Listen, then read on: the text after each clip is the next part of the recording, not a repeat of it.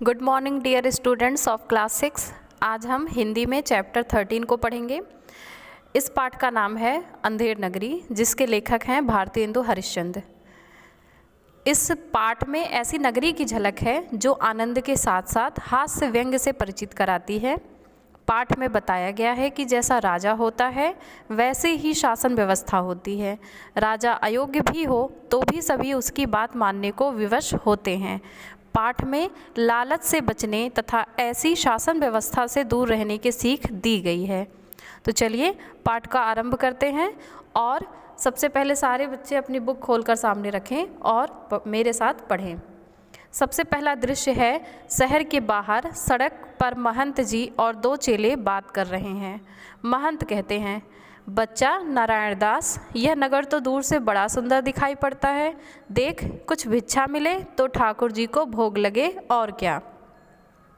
नारायण दास गुरु की बात का उत्तर देते हैं, कहते हैं, गुरु जी महाराज, नगर तो बहुत ही सुंदर है, पर भिक्षा भी सुंदर मिले तो बड़ा आनंद हो, अर्थात भिक्षा भी अधिक मिले तो बहुत ही आनंद हो। महंत फिर कहते हैं, बच्चा गोवर्धन दास, तुम पश्चिम की ओर जाओ और नारायण दास पूर्व की ओर जाएगा। बाजार में महंत जी का चेला गोवर्धन दास आता है और यहाँ से दूसरा दृश्य शुरू होता है। गोवर्धन दास, क्यों भाई बनिए, आटे का क्या भाव है? बनिया कहता है, टके सेर। फिर गोवर्धन दास कहता है, और चावल? बनिया, टके सेर। गोवर्धन दास, और चीनी? बनिया फिर जवाब देता है, टके सेर।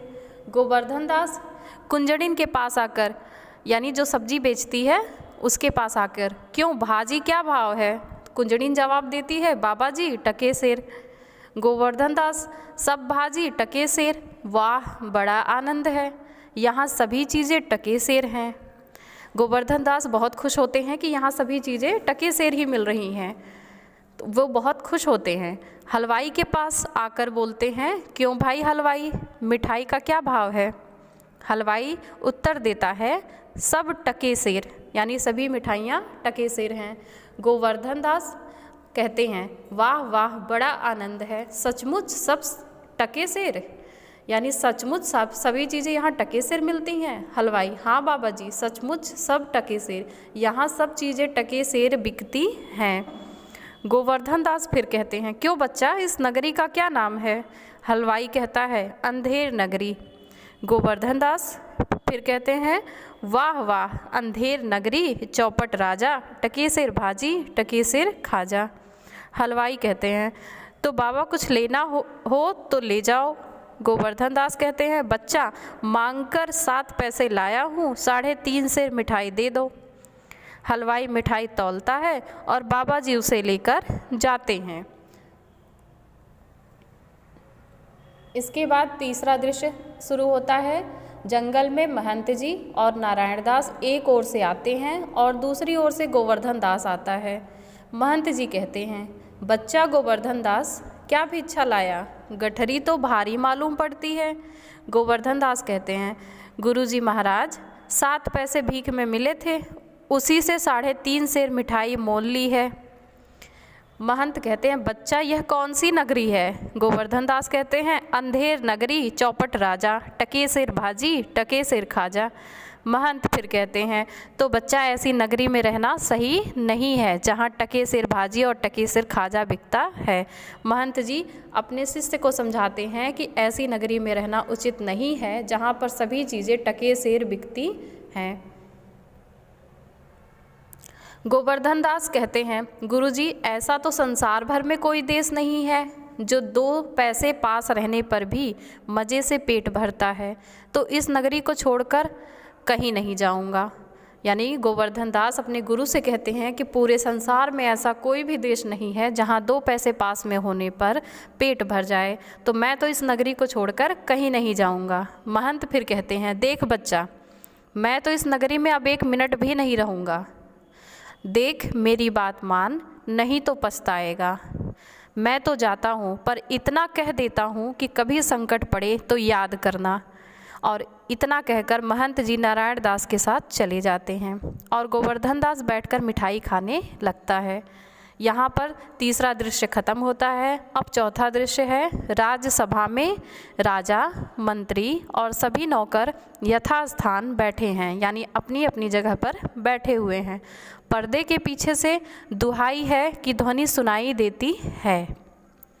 राजा बोलते हैं, बोलो क्या हुआ? फरियादी कहता है, फरियादी का अर्थात फरियाद करने वाला, जो अपनी बात को राजा के सामने कहता है।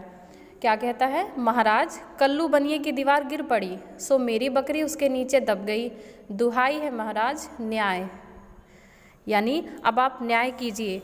कल्लू बनिए की दीवार गिर पड़ी है और मेरी बकरी उसके नीचे दब गई, अब आप न्याय कीजिए। राजा कहते हैं, अच्छा, कल्लू बनिए को पकड़ लाओ। नौकर दौड़कर बाहर से बनिए को पकड़ लाते हैं। राजा, क्यों बनिए, इसकी बकरी दबकर कैसे मर गई? कल्लू जवाब देता है, महाराज, मेरा कुछ दोष नहीं, कारीगर ने ऐसी दीवार बनाई कि गिर पड़ी। अर्थात मेरा कोई दोष नहीं है, दोष उस कारीगर का है जिसने दीवार को बनाया। उसने ऐसी दीवार बनाई कि वो गिर पड़ी। राजा कहता है, अच्छा, अब इस कल्लू को छोड़ दो, कारीगर को पकड़ लाओ। कल्लू जाता है और नौकर कारीगर को पकड़ लाते हैं। राजा फिर पूछते हैं, क्यों कारीगर, इसकी बकरी कैसे मर गई? कारीगर कहता है, महाराज, मेरा कुछ कसूर नहीं, चूने वाले ने चूना ही ऐसा खराब बनाया कि दीवार गिर पड़ी। यानी मेरा कोई दोष नहीं है, चूने वाले ने चूना ही खराब बनाया था कि दीवार गिर पड़ी, उसमें मेरा कोई दोष नहीं है। राजा फिर कहते हैं, अच्छा, उस चूने वाले को बुलाओ। कारीगर निकाला जाता है और चूने वाला पकड़कर लाया जाता है। अब आगे देखिए। फिर राजा कहते हैं, क्यों चूने वाले, तुमने खराब चूना क्यों दिया? चूने वाला जवाब देता है, महाराज, मेरा कुछ दोष नहीं, भिस्ती ने चूने में पानी ज़्यादा डाल दिया, इसीलिए चूना कमज़ोर हो गया। राजा फिर कहते हैं, अच्छा, तो उस भिस्ती को पकड़ लाओ। चूने वाला निकाला जाता है और भिस्ती लाया जाता है। राजा, क्यों भिस्ती, इतना पानी क्यों डाल दिया कि इसकी दीवार गिर पड़ी और बकरी दब गई? भिस्ती कहता है, महाराज, गुलाम का कोई कसूर नहीं। गुलाम अर्थात वो स्वयं को कहता है कि मेरा कोई कसूर नहीं है। कसाई ने मशक इतनी बड़ी बना दी कि उसमें पानी ज़्यादा आ गया। कसाई ने मशक को ही इतना बड़ा बना दिया कि उसमें पानी ज़्यादा आ गया, इसमें मेरा कोई कसूर नहीं है। राजा फिर कहते हैं, अच्छा, कसाई को लाओ, भिस्ती को निकालो। नौकर भिस्ती को निकालते हैं और कसाई को लाते हैं। राजा, क्यों कसाई, तुमने ऐसी मशक क्यों बनाई? कसाई, महाराज, गरेड़िए ने टके सिर पर ऐसी बड़ी भेड़ मेरे हाथ बेच दी कि मशक बड़ी बन गई। यानी कि गरेड़िए की गलती है, उसने टके सिर पर ही एक ऐसी बड़ी भेड़ मुझे बेच दी तो मेरे हाथ से उसकी मशक बड़ी बन गई। राजा कहते हैं, अच्छा, कसाई को निकालो, गरेड़िए को लाओ। कसाई निकाला जाता है और गरेड़िया लाया जाता है। फिर राजा पूछते हैं, क्यों गरेड़िए, ऐसी बड़ी भेड़ क्यों बेची? गरेड़िया कहता है, महाराज, उधर से कोतवाल साहब की सवारी आ रही थी, इस कारण मैंने छोटी बड़ी भेड़ का ख्याल नहीं किया, मेरा कुछ कसूर नहीं है। यानी मेरी कोई गलती नहीं है, कोतवाल साहब की सवारी आ रही थी और मैं जल्दी में था, इस वजह से मैंने छोटी बड़ी भेड़ का ख्याल किया ही नहीं, इसमें मेरी कोई गलती नहीं। राजा कहते हैं, अच्छा, इसको निकालो, कोतवाल को पकड़ लाओ। गरेड़िया निकाला जाता है और कोतवाल पकड़कर लाया जाता है। राजा फिर पूछते हैं, क्यों कोतवाल, तुमने ऐसी शानदार सवारी निकाली कि गरेड़िए ने घबराकर बड़ी भेड़ बेच दी? कोतवाल साहब कहते हैं, महाराज, मैंने कोई कसूर नहीं किया है, मैं तो शहर के इंतजाम के लिए जा रहा था। मंत्री कहता है, यह तो बड़ा गजब हुआ, ऐसा न हो कि ये बेवकूफ़ राजा इस बात पर सारे नगर को फूंक दे या फांसी दे। कोतवाल से कहते हैं, नहीं। कौन कहते हैं? मंत्री कोतवाल से कहते हैं, नहीं, तुमने इतनी धूम से सवारी क्यों निकाली? राजा फिर कहते हैं, हाँ, यह नहीं, तुमने ऐसी धूम से सवारी क्यों निकाली कि जिसका परिणाम यह हुआ कि बकरी मर गई? कोतवाल डर से कहते हैं, महाराज। राजा, कुछ नहीं महाराज, ले जाओ कोतवाल को, इसे जल्दी से फांसी पर चढ़ा दो। कोतवाल को पकड़कर ले जाया जाता है। इसके बाद अगला दृश्य है, गोवर्धन दास जंगल में बैठा मिठाई खा रहा है। गोवर्धन दास स्वयं से कहता है, गुरुजी ने हमको नाहक यहाँ रहने को मना किया था। यानी कि गुरुजी ने हमको यहाँ रहने के लिए मना करके गलती की थी। माना कि देश बहुत बुरा है, पर अपना क्या, किसी राजकाज में थोड़े ही हैं कि कुछ हमको डर होगा। यानी हम कोई राजकाज में नहीं है कि हमको किसी का डर है।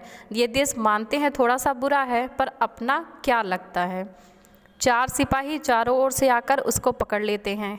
पहला सिपाही कहता है, चल मिठाई खाकर खूब मोटा हो गया है, अब मज़ा मिलेगा। गोवर्धन दास घबरा कर, यह आफत कहाँ से आई? अरे भाई, मैंने तुम्हारा क्या बिगाड़ा है जो मुझे पकड़ते हो? दूसरा सिपाही कहता है, आप बड़े मोटे हैं इसलिए फांसी लगेगी। गोवर्धन दास, मोटा होने से फांसी? यह कहाँ का न्याय है?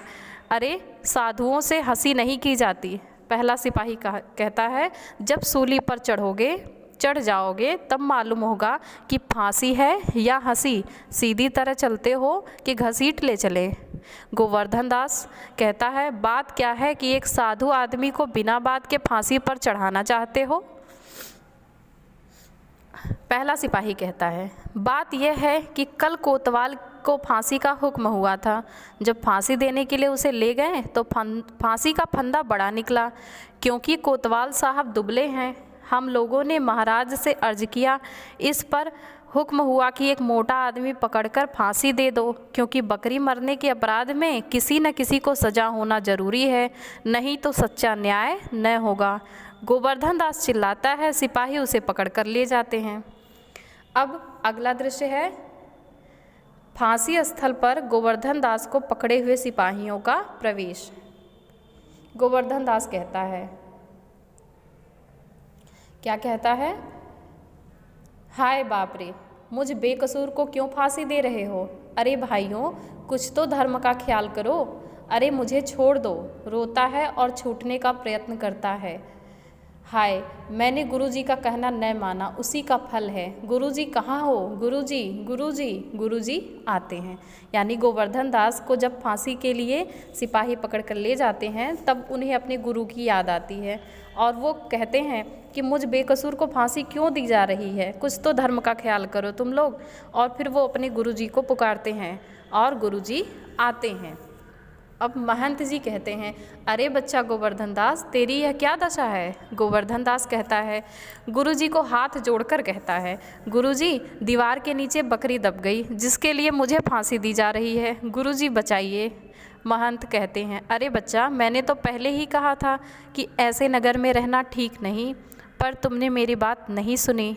गोवर्धन दास कहते हैं, मैंने आपका कहना नहीं माना, यह उसी का फल मिला है, और गुरुजी का पैर पकड़कर रोने लगता है। महंत जी कहते हैं, कोई चिंता नहीं, नारायण सब ठीक करेंगे। और भौहें चढ़ाकर सिपाहियों से, यानी गुस्से में सिपाहियों से कहते हैं, सुनो, मुझे अपने शिष्य को अंतिम उपदेश देने दो, तुम लोग जरा किनारे हो जाओ। सिपाही, महाराज हम हट जाते हैं, आप उपदेश जरूर दीजिए। सिपाही कहते हैं कि महाराज हम किनारे हो रहे हैं, आप उपदेश को जरूर दीजिए। सिपाही हट जाते हैं। गुरुजी चेले को कान में कुछ समझाते हैं। गोवर्धन दास कहता है, तब तो गुरुजी हम अभी फांसी पर चढ़ेंगे।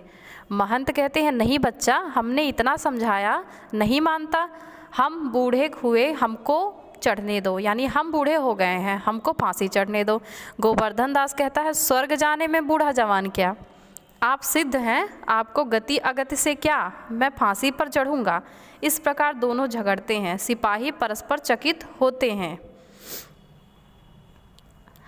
पहला सिपाही कहता है, भाई यह क्या मसला है, कुछ समझ में नहीं आ रहा है। राजा, मंत्री और कोतवाल आते हैं। यानी कि जब गुरुजी गोवर्धन दास के कान में उपदेश सुनाते हैं, उसके बाद गोवर्धन दास कहता है कि हम फांसी पर चढ़ेंगे। महंत जी कहते हैं कि हम बूढ़े हो गए और हमें फांसी पर चढ़ने दो। तो गोवर्धन दास कहता है कि स्वर्ग जाने में बूढ़ा जवान क्या है, आप सिद्ध हैं, आपको गति अगत से क्या है, मैं फांसी पर चढ़ूंगा। और इस प्रकार दोनों आपस में झगड़ने लगते हैं। गुरु कहते हैं मैं फांसी पर चढ़ूंगा, गोवर्धन दास कहते हैं मैं फांसी पर चढ़ूंगा। तो सिपाही पूछता है कि यह क्या मामला है, कुछ समझ में नहीं आ रहा है। और इतने में ही राजा, मंत्री और कोतवाल वहाँ आते हैं। राजा कहते हैं, यह क्या गोलमाल है, सिपाही कहता है महाराज, चेला कहता है मैं फांसी पर चढ़ूँगा, गुरु कहता है मैं फांसी पर चढ़ूँगा, कुछ मालूम न पड़ता क्या बात है। राजा बोलते हैं गुरु से, बाबा जी बोलो, आप फांसी पर क्यों चढ़ना चाहते हो। महंत कहते हैं महाराज, इस समय ऐसी शुभ घड़ी है कि जो मरेगा सीधा स्वर्ग जाएगा। मंत्री कहता है तब तो हम भी फांसी पर चढ़ेंगे। गोवर्धन दास कहते हैं नहीं, हम क्योंकि हमको हुक्म हुआ है। कोतवाल कहते हैं हम लटकेंगे, हमारे कारण ही तो दीवार गिरी थी। उसके बाद राजा कहते हैं चुप रहो सब लोग, राजा के जीते जी स्वर्ग कौन जा सकता है, हमको फांसी पर चढ़ाओ जल्दी जल्दी। राजा को लोग फांसी पर चढ़ाते हैं और पर्दा गिरता है। इस तरह नाटक का यहाँ समापन होता है।